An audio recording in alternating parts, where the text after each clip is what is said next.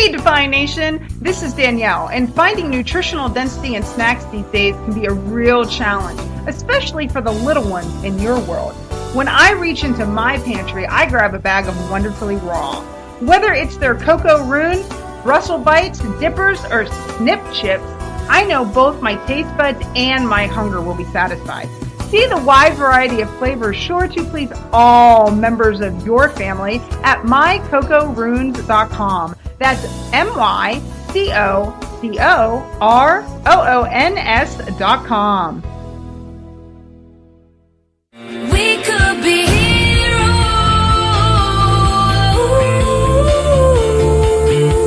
What's up, Define Nation, and welcome to another episode of Define Your Health, strength through knowledge. And Define Nation, today is one of those episodes that I hope every parent, every coach, every caretaker is not only going to listen to once, but share and maybe listen to 2 and 3 times, because we're talking about the epidemic of concussions. And if you don't believe that it's an epidemic, if you simply type in a Google search, you will find thousands and thousands of concussions that happen every single year and the consequences that come from them. I am so pleased that we have in studio today Dr. Mark Barisa, who talk about top of your field and top of the game. He joins us from Baylor, the Baylor Institute for Rehabilitation, where he is the head neuropsychologist. He's also the director of concussion management over at Baylor.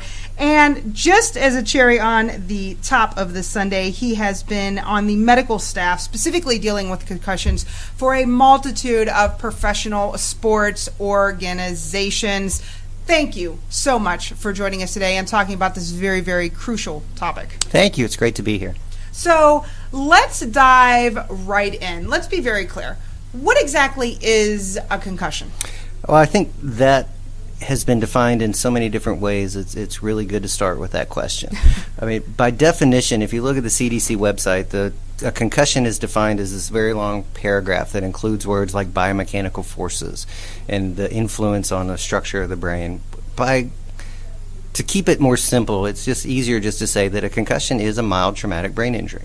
That is what a concussion is. Okay. It's not a moderate traumatic brain injury. It's not a severe traumatic brain injury, which leads to the question of then, well, what is a mild concussion?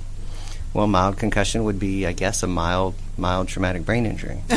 And a severe concussion would be a severe mild traumatic brain injury. So it makes it kind of interesting. But the words are synonymous when we take concussion and mild traumatic brain injury. In the ER setting, oftentimes concussion is referenced by a word before it called justa. Okay. And they refer to it as just a concussion. Oh. But very seldom do we actually hear someone say it's just a traumatic brain injury. Okay. And so that speaks to the seriousness that we use words like concussion to make things sound a little better sometimes. Over the years, especially recently now, concussion is kind of defined almost worse than a traumatic brain injury. And sometimes we hear the word concussion and people tend to panic. And people tend to get very worried and very upset. So one of the things I try to stress with families and athletes that come into my office is the fact that a mild concussion or a mild traumatic brain injury is, in fact, a recoverable process. What we're dealing with is an injury that had 30 minutes or less of loss of consciousness, post-traumatic amnesia or forgetting the incident itself of less than 24 hours, and honestly, no findings on radiologic studies. So that leads us to the definition of mild traumatic brain injury. And from that, we know that roughly 95% of the people have a full recovery within 3 months, provided that it's managed appropriately. So what we try to do in our education is kind of take down the scare of concussion and understand that it's a manageable condition. It's a treatable condition. But one that should be taken seriously. Absolutely. And not managing it correctly is what results in sometimes even catastrophic problems. Well, and what was so fascinating, you and I were chatting a little bit before we went on, and, you know, most people when they think concussions, they think hockey, they think football, but, you know, you had brought to my attention cyclists and cycling. We actually suffer, and I say we because many people know that I had a very serious wipeout, and had what was explained to me as a grade 3 concussion, and it shocked me. And so you see that a lot in your practice then, and Absolutely. treating people. Yeah, we do. And we think of the high velocity sports, like you said, of football, lacrosse, hockey, soccer, these things where we know there's impacts to the head and things of that nature. But cycling in and of itself poses its own dangers, not just from a concussion standpoint, but from bodily injury, as you're well aware. Oh, yes. And so what we try to do is make people understand, regardless of the sport they're involved with, an injury to the head, an injury to the brain is a concussion. And that we do have to be careful with the high velocity sports, but we also have to watch some of what we consider more benign cases, and why we stress so much for cyclists to have helmets and have appropriate fitting helmets, and to actually wear them all the time, not just when they're doing long bikes. Yeah. Well, and we are definitely going to dig more into that as soon as we come back from commercial break. And remember, Define Nation, this segment is brought to you by Giro. A new outdoor adventure is calling. So what are you waiting for? Visit them today at Giro.com. That's GIRO.com.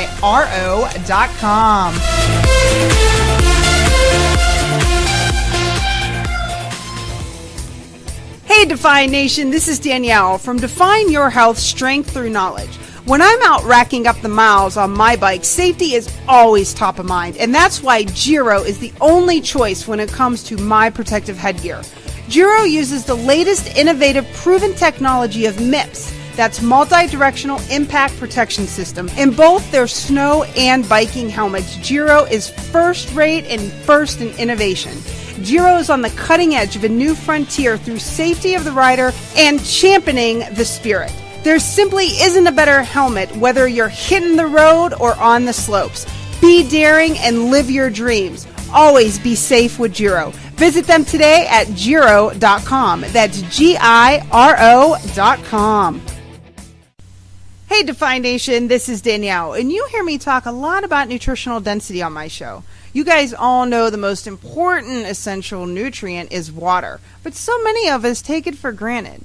For me and my family, only one name in water will do, and that's e-water. Since having my home system installed, my whole family has tasted and felt the difference. Who knew my favorite beverage could be better? One of the most surprising aspects is in the shower. My pores feel more open and skin more alive. It really is a unique feeling. Water is the most important element for life, so don't let another day pass without enjoying it to the fullest with eWater home filtration systems. Visit them today at ewater.com. That's EWATER.com.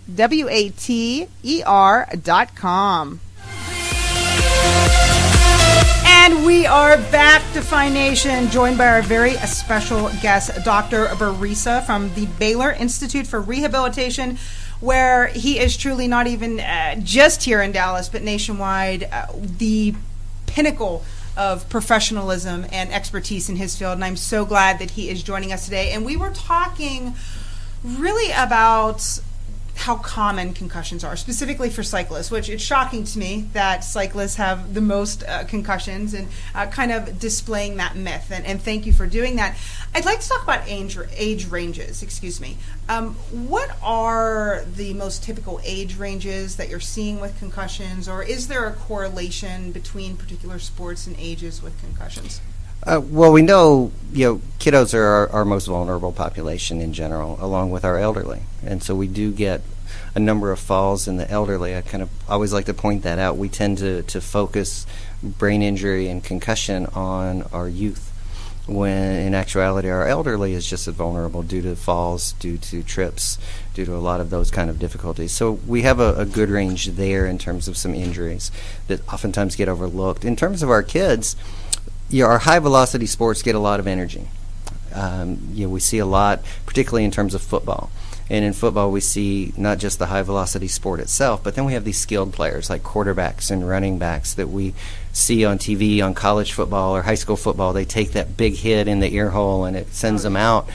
Sometimes we even forget the offensive, defensive linemen that take a hit every single play. Yes. Every single play in the game, every single play at practice. And we get even what we consider subconcussive hits, that they're not rising to a level of concussion, but repeatedly, over and over and over, they're taking these, and oftentimes have symptoms and can result in what looks to be a concussive type injury.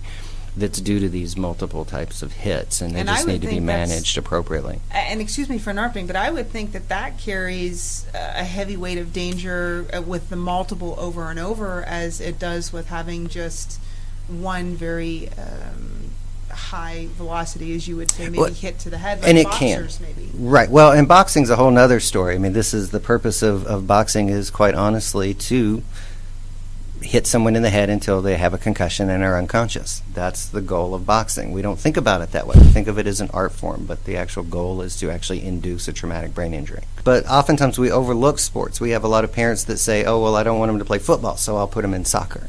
Well, we're getting higher numbers of soccer players with concussion, partially due to there's more kids playing. But also there are mechanisms of injury in soccer. We have head-to-head contact when two opposing players are going for a header. We have head-to-post on corner kicks or set plays where they're diving after a ball and hit the post of the goal. We have elbows in the midfield areas. We have head-to-ground where someone falls and hits their head very hard on the ground or on the turf. So those can also result in concussion. We have a lot with lacrosse.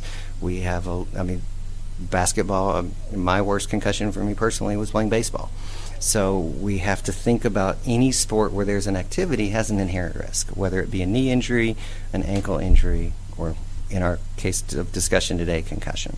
Now, are there different effects of an adult having a concussion versus a child having a concussion, whether that's length of the injury or the injury itself? Absolutely. I mean, we're dealing with kids with a developing brain. The human brain's not fully developed until the mid-20s, particularly in males, a little quicker for females, not surprising. But that being said, we've got a developing brain, so any injury on a brain that's not yet developed can certainly have an impact as a result of that. So our kiddos, despite the fact they seem to bounce back so quickly, can actually have more significant effects. And when we think about a concussion, when we talked about the type of injury it is, we're oftentimes not dealing with a structural injury, but with a neurochemical or a metabolic injury of the brain that gets imbalanced as a result. And that takes longer to recover in our children than it does in adults. And can you break that down a little bit more simplistically for Sure. us? If you think about chocolate milk, Okay. if you like chocolate milk and I add orange juice and hot sauce to your chocolate milk, and Okay. you try to drink that chocolate milk, you're going to have bad effects. Okay. Well, in the brain, what happens after a concussion is there's an influx of potassium into the brain cell and a mismatch of the calcium and the glutamate and all these chemicals that we don't even like to think about. But what it creates is, the best analogy I give is a bad chocolate milk. And so it's disrupted, and we have to continue to wait for that metabolic balance to come back to play. So that's why on CT scans, we don't see a lot of structural changes. What we're seeing are changes in the chemical structure, or we're seeing some damage in that sort of way, rather than what we think of as a hemorrhage or a bruise to the brain. We're actually dealing with an imbalance in the brain. And so let me ask you this then. What are the long-term effects of, I know you said that most people do recover, but what are the long-term effects of either multiple hits or a concussion itself? What should people look for? Well, if concussions are managed appropriately, in general, the research would indicate that we're not technically or not significantly at risk for long-term effects as long as we're managing them appropriately. What we're less sure of is if someone has multiple events, particularly when those events aren't managed in the right way. So people go back to their sporting activities or even into practice before they fully recover. They're at risk of really having a second injury that can cause either catastrophic effects, or we can get these lingering kind of multitude effects. So the key to concussion management is to make sure we're back at baseline before we go back into the game. And that is the key. So if we are managing concussions appropriately and we hold them out the right length of time until they've recovered, then we're at much less risk of there being long-term effects. In terms of things like chronic traumatic encephalopathy or CTE that you'll hear about in a lot of news programs and things, we're not real sure yet where we are with that. So that still warrants additional research. And we're looking at things like fancy words like tauopathies and some different long-term changes in the brain structure that they're finding on autopsy with a number of players who've had multiple concussions that may or may not have been treated appropriately. So what we don't know is where are we with that young athlete who's 16 years old, who gets their first concussion. I oftentimes have to take some people off the ledge This doesn't mean that they're going to have this long-term devastating injury illness. We just need to manage it properly and try to get them bounced back to that normal level within the weeks and months following the injury. And when you're saying normal level or baseline, that is everyday activities. Do you suggest that athletes that are playing sports have some sort of whatever would be considered baseline testing, or what exactly do you mean by baseline? Well, we have state of Texas, we now have Natasha's Law, which requires that if one of our UIL, if they're part of the high school system within the state, one of those athletes, before they can return to play, they have to be cleared by a physician. And part of that clearance includes assessment of their overall symptom status. It also includes a presumed return to baseline cognitive function. And then they do what's called a 5-day graduated return to play protocol. Okay. So they start with light activity and gradually work up into non-contact practice, into practice, before they get released by the physician to go back into competition. And so baseline testing can be helpful in that regard, because how do you know where someone was if you don't have the baseline? Exactly. For an average student, baseline testing may not be as imperative, but if we have someone with a learning disability, if we have someone who has attention deficit disorder, those are the very kind of things we often see on testing after a concussion. Okay. So we may actually hold them out longer if we don't have baseline testing, because when we look at their current testing, it looks like they've had a concussion. Okay. Conversely, if we have a gifted and talented student who is now performing in the normal range on a post-injury test, that may actually be a significant decline from where they were before. But we may miss that and run the risk of returning them too soon, because we didn't know they were that far above average prior to their injury. So that's why baseline testing can be important, particularly in the extremes or if there's an issue with a learning disability.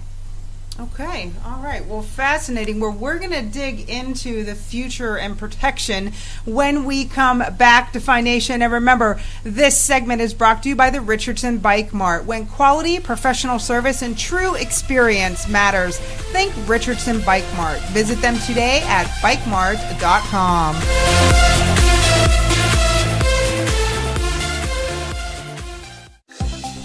Hey, Define Nation, this is Danielle. Now, you guys all know that I'm an avid cyclist, and the love of cycling has only grown from my first spin of the pedals. Because of my love for the sport, Richardson Bike Mart is my only choice when it comes to equipment, accessories, and the most knowledgeable cycle experts in DFW. Their massive selection is only outshined by the extent of cycling expertise and caring by the staff. Remember, choosing a bike is personal and precise, so make Richardson Bike Mart your only choice too. Visit them today in Frisco off John Hickman Parkway, Dallas off of Garland Road next to White Rock Lake, or the Richardson location at Campbell and Coit. Check them out at bikemart.com. That's BIKEMART.com. For 20 years, Nordic Naturals has been dedicated to making the best fish oil on the planet. Their motivation? The heartfelt belief that a single nutrient can change lives. Their love for what they do and the people they do it for drives them to do it right at any cost. That means products that are outrageously fresh, obsessively tested, and passionately perfected. Products that taste so pure, you'll love them. Try Nordic Naturals award-winning omega-3s today and taste pure love. Available at natural product stores nationwide or at nordicnaturals.com.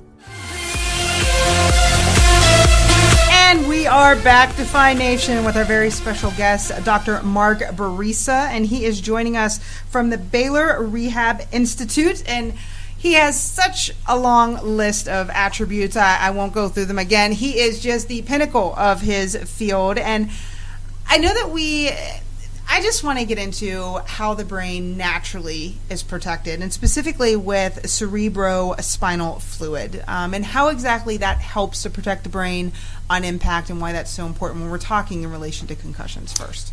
Well, one of the simple ways to think about it, the brain sits in a bony cavity. So it is surrounded by bony structures, except for there's an opening where the spinal cord and brainstem kind of come together, called the foramen magnum. That area, the brain itself, is kind of surrounded by cerebral spinal fluid. And what that acts as is a cushion, where when we get a mild knock to our head or a shaking of the head, it allows the brain to kind of be buoyant within that cavity, within that skull vault. so that it has some freedom of movement to keep it from crashing into the bony structures around it. And it's a relatively thin layer, but it's actually very protective. And so when we think about as kids, we slipped, we fall, we bump our heads, and it's generally protected as a result of that cerebral spinal fluid. Well, and one of the things that I want to make sure that we talk about in this segment is really the future of protection when we're talking about helmets in different sports, maybe particularly for cyclists, since I'm a little bit more well versed in that than I am with football or lacrosse or hockey. The effectiveness of mimicking this cerebrospinal fluid, specifically in relation to a technology called MIPS, Motion Impact Protection System. How exactly does this help? How does this mimic the fluid inside? If you could kind of break that down for us a little bit. Sure. I mean, MIPS is a relatively new technology. It was developed, I believe, in Sweden, where they're looking at the natural protection of the brain, and can we mimic that? It's been tried on some other occasions as well with some different technology. Helmet technology, I think, is still in its infancy in terms of determining what's effective. We've seen a lot of the football helmets that have come out with new ways of trying to reduce the impact of the blows that we're seeing, and trying to reduce the amount of concussions that will occur. And MIPS is one of the latest advances in that regard, and primarily I believe it's seen in cycling helmets so far. And the idea behind that is that the brain is injured through multiple directions, not a single blunt trauma. Mm-hmm. And so what MIPS technology tries to do is to mimic that ability for the brain. It's very seldom that it's like a hammer hitting a head, so there's a focal injury. Mm-hmm. So what we're dealing with are three different types of injuries with concussion. We have a blunt trauma type of injury. We have what's called rotational injury, where the head is put into motion and that twists and turns and pulls on some of the structures within the brain. And then we have combination injuries, and that's what we see most of, where there's an impact to the head as well as a rotation. Whereas if a boxer is hitting another boxer, you can actually see the head spin on the axis of the neck. Mm-hmm. And what we find with the concussion reduction technology is we've done over the years, the testing tends to be we hit the helmet with a head inside of it, mm-hmm. and look at the effects of that. And we've done, the research that's out there, not we, but the research that's out there, they're trying to get into angle injuries, they're trying to get into some of those rotational factors. And what MIPS is trying to do is look at, it appears to be, what they're documenting is that it's trying to use that same fluid technology to give the head a little more room to move around in terms of one of those injuries. And in terms of the effectiveness of that, they're still doing their research on that. And we're seeing a lot of research, not on just that technology, but we're seeing research on other helmet-based technologies. And while helmets can be helpful, and while I absolutely 100% say we need helmets, the technology is not 100%. We still, even with a helmet, we're running that risk of a concussion occurring if there's a blow or an injury to the head area and the neck area that would cause that. So I think we are looking at the future at some point of trying to find the best technology, and I think MIPS is just one of those examples of some people that are trying to be pretty innovative, trying to kind of take a step back and say, well, how does the brain work? Yeah. And how do we protect what we have as a natural product? Can we put that into a helmet? So I think time will tell. In your opinion, what is the future of protection, specifically for athletes? Obviously, there's outside circumstances like car accidents and such that you really can't prepare for. But in relation to activities, sports, what's your opinion? I think a lot of it is based around actually teaching proper techniques of the game. Okay. What we know in football, they've tried to take spearing out of the game. Mm-hmm. They're trying to officiate head injuries out of the game by flagging anytime a quarterback's head is touched in the NFL, there's going to be a flag. Mm-hmm. So they're trying to officiate it by taking some of that out of the game. That's been beneficial in some regard, but we're still going to have those hits. We're still going to have those things happen. There's still going to be injuries that happen in the normal course of the game. Mm-hmm. So we can't eliminate it quick, just by rule changes and just by even technology. We know with sports like soccer, they've talked about taking heading out of the game in youth soccer. Well, heading a ball, I'm less worried about. It's the head-to-head contact that can create some of those difficulties in the head to post. We're not going to eliminate the risk of concussion. What we can do is try to mediate it. And we mediate it by teaching proper heading techniques in soccer, proper tackling techniques in football, proper blocking techniques, making sure that not only are the rules in place, but are they followed. We know in the NFL, those targeting, and in the college game now, we're seeing a lot more targeting calls. And we're seeing people getting flags or getting ejected for dangerous hits. I'm not sure we're seeing that at the youth sport level. And so, playing off of what you just said there, it really sounds like this goes back to foundations and, with the very small youth teaching these basic skills. And you had just attended an event that was held at the University of Pittsburgh, UPMC, up in Pittsburgh, and sponsored by the NFL Foundation, I believe you said? Yes. And so what, realistically, I mean, you've worked with professional teams too, how well is this going to be adaptive, that we're teaching these new skills in a different way when we're talking about a sport that's very competitive, that's especially when you get to the college level? I mean, some people say college fans are more fanatic than NFL fans. I mean, realistically, what are the chances that these are going to be adopted in a right way? Is concussion just something that's always going to be a part of games like hockey or football or soccer? Well, the consensus meeting that took place at UPMC was more based around, can we get some common consensus on some basic facts of concussion and concussion management? Can we identify concussion as a treatable condition, as opposed to something that may result in a lifelong series of problems? So with that, I think with the right education, we start educating not only at the NFL level, at the collegiate level, where you're right, the fans can be pretty rabid. But if you've been to a youth football game lately, I would even contend some of those parents can even be more rabid at their kids' game than they are at their collegiate game. And so we're getting such a competitive fire with sports in general. We have a lot of people that are looking at, how do I get the best training to make them the best athlete, to get them to that D1 scholarship, to get them to the NFL, to the NBA, to Major League Soccer, to international soccer. Maybe we need to take a step back and say, how do we make sure we're safe first? And would that be the piece of advice that you really pass on to parents or coaches or caregivers or some sort of? Yes. What would be the advice you pass Actually, on? the advice I give is if we look at the protocols that are in place at the professional now and at the collegiate level, and gradually getting into high school, we put more protections on our professional and collegiate athletes than we do on our youth. Really? And so most of our youth programs do not have concussion protocols in place, or protocols in place to how we manage concussion, how are we going to assess these. And so my emphasis when I talk to coaches, when I talk to parents, is to try to get education, try to get protocols, try to get policies in place at the youth level, so that we're making sure we're taking care of our most vulnerable to get them ready to go where they are protected by the systems that they're going to be put in. Wow, that absolutely just floors me. I have to be honest. I would think that there would be the most protection, at that level, but that just floors me. It really does.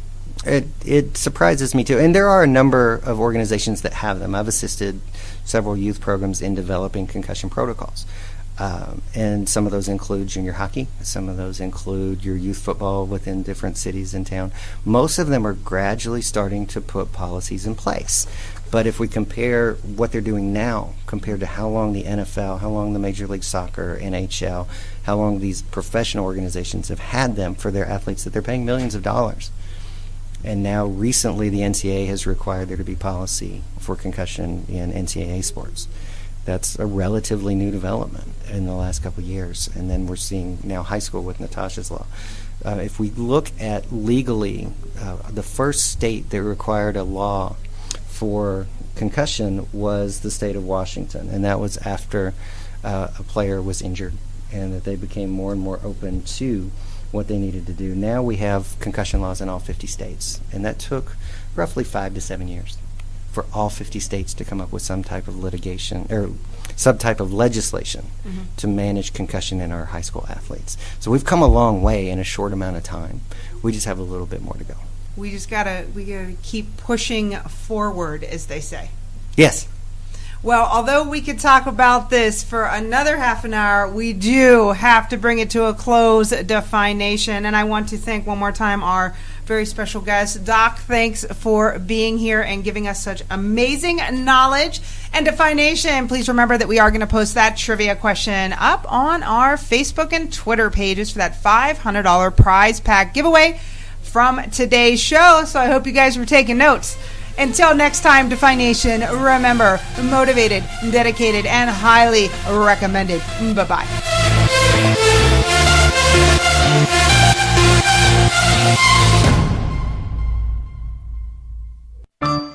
Hey, Define Nation, this is Danielle, and I have to let you guys know about Total Balance Apparel. Harmony and the parts of a whole to create, evolve, and continuously seeking balance in the quality of life and environment are the driving factors and thoughts behind Total Balance. These principles come to life in the designs and the collections. Their 2015 collection is absolutely amazing, totally a trendsetter. Don't just live your balance, wear it. More than a brand, it's your lifestyle. Check out their 2015 line at TotalBalanceUSA.com. That's TotalBalanceUSA.com.